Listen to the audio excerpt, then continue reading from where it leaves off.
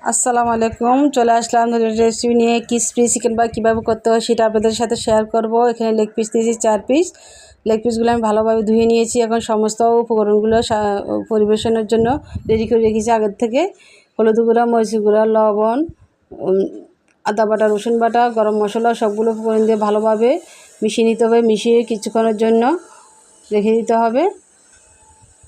10 থেকে 15 মিনিট আপনারা রেখে দিবেন ম্যারিনেট করার পরে এখন চুলায় কড়াই বসিয়ে দিলাম। কড়াই বসিয়ে দিয়ে এগুলো করে আমি দিয়ে দিব। একটু হয়ে আসলে আমি 10 মিনিটের জন্য ঢেকে রাখবো।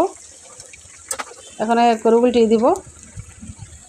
উল্টানো হয়ে গেছে, চিকেন থেকে কিছু পানি বের হয়ে গেছে। এখন এই পর্যায়ে চুলার আঁচটা বাড়িয়ে রাখতে হবে যেন পানিগুলো তাড়াতাড়ি শুকিয়ে যায়। খুবই আলতোভাবে লাগতে হবে যেন ভেঙে না যায়।